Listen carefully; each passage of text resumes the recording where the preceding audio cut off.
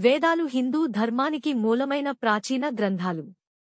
ఇవి 4 ప్రధాన విభాగాలుగా ఉన్నాయి. 1. ఋగ్వేదం, ఋగ్వేద. ప్రధాన విశేషం: ఇది హిందూ ధర్మంలో ప్రాచీనమైన వేదం.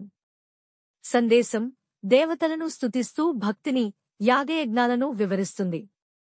ప్రసిద్ధ మంత్రాలు: అగ్నిమీళే పురోహితం యజస్య దేవం ఋత్విజం. గాయత్రీ మంత్రం: భూర్భువః స్వః తత్ సవితుర్వరేణ్యం భర్గో దేవస్య ధీమహి ధియో యో నః ప్రచోదయాత్. 2. యజుర్వేదం, యజుర్వేద. ప్రధాన విశేషం: యజ్ఞ కర్మకాండ, హవన, హోమం గురించి వివరిస్తుంది.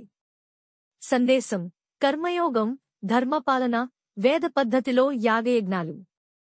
ప్రసిద్ధ మంత్రాలు: ఓం తత్సత్. శాంతి మంత్రం: సర్వే భవంతు సుఖినః సర్వే సంతు నిరామయాః. 3. సామవేదం, సమావేద.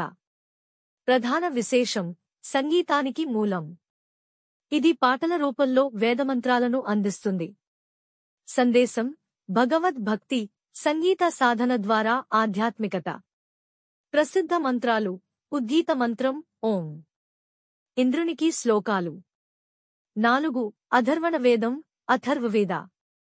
ప్రధాన విశేషం: సాధారణ ప్రజల జీవితం, ఆరోగ్యం, మంత్రవిద్య, ఆయుర్వేదం గురించి చెబుతుంది.